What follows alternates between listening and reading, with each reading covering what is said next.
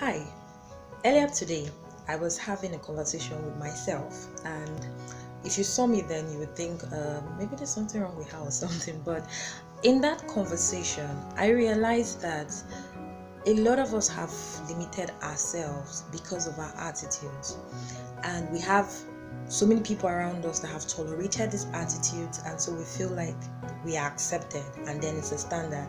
And so when we go outside of our circle, we hear people calling us out on those attitudes and we get angry and feel like, what's wrong with the way I am? I've always been this way. My people understand me, I'm cool like this. The world is bigger than your circle. If you want to change the world, you need to change your attitude. I'll give you a very relatable example. I'm a thief girl from Benue State. I grew up hearing elders and a few people say things like, a thief man is a proud man. A thief man doesn't beg. Now, it's a good thing when you're relating with just thief people. So there's a certain way you talk to a thief man and he just understands that, oh, this is a thief girl, But I started to travel outside Nigeria, within Nigeria, and I figured out that I got to hear people tell me things like, you are rude, you are arrogant, like that's not how to talk. And at first I would always be like, what's wrong with the way I'm talking? That's how we talk from my place. And then it clicked.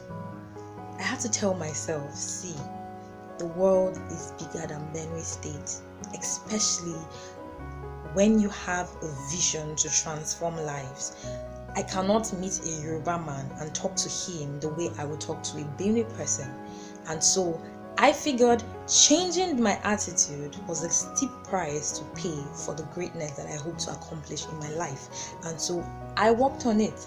But most of us are not willing to change. We mistake tolerance for acceptance. And so we go out there feeling like we're cool. There's nothing wrong with us. And the funny part is we have parents seeing their children with certain attitudes, and you keep wishing that child greatness without realizing that, oh, I need to inculcate certain attitudes in this child for this child to become great.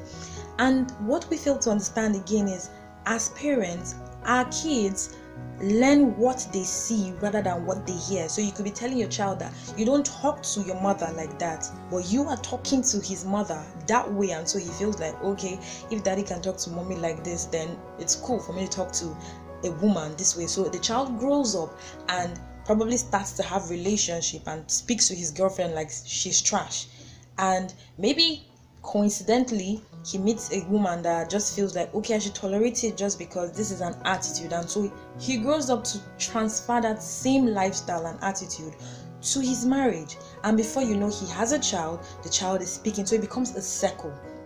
Don't get me wrong, there's nothing wrong in being yourself.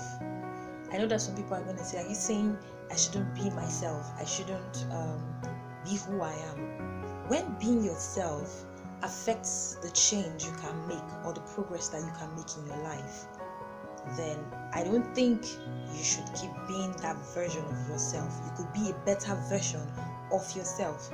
So don't get me wrong, don't say she's saying I should change and become something or someone that I'm not. I'm just saying, be the best version of yourself that you can be. If you want to impact this world, you need to change certain things about you. Don't get so stuck upon who you are that you miss out on the change that you can create. I just hope that today, watching this, you see things about you that needs changing and actually change it and work on it. Thank you very much for